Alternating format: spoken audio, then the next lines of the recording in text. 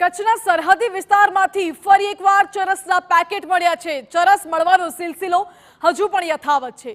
Food patrolling દરમિયાન ચરસના 10 packet મળી આવ્યા। જખૌના સિંધોડીના કોસ્ટલ વિસ્તારમાંથી આ પેકેટ મળ્યા છે।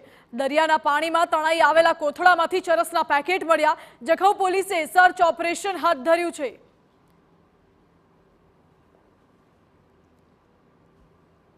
વધુ જાણકારી સાથે જોડાયા છે કચ્છથી સંવાદદાતા જય દવે। જય, આ ચરસના પેકેટ હજુ પણ મળ્યા છે, શું છે વિગતો?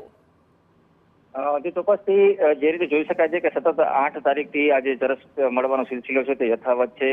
કચ્છના માંડવીથી કરી અને કોટસર સુધીના લાંબા દરિયાઈ વિસ્તારમાં સતત પોલીસ તથા અન્ય એજન્સીઓ છે તે પેટ્રોલિંગ કરી રહી છે અને તે દરમિયાન વધુ ચરસના પેકેટ છે 10 તે મળી આવ્યા છે।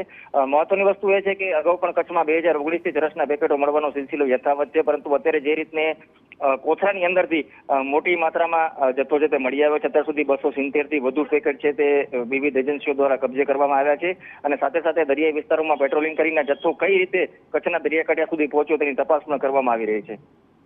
જી આભાર જય।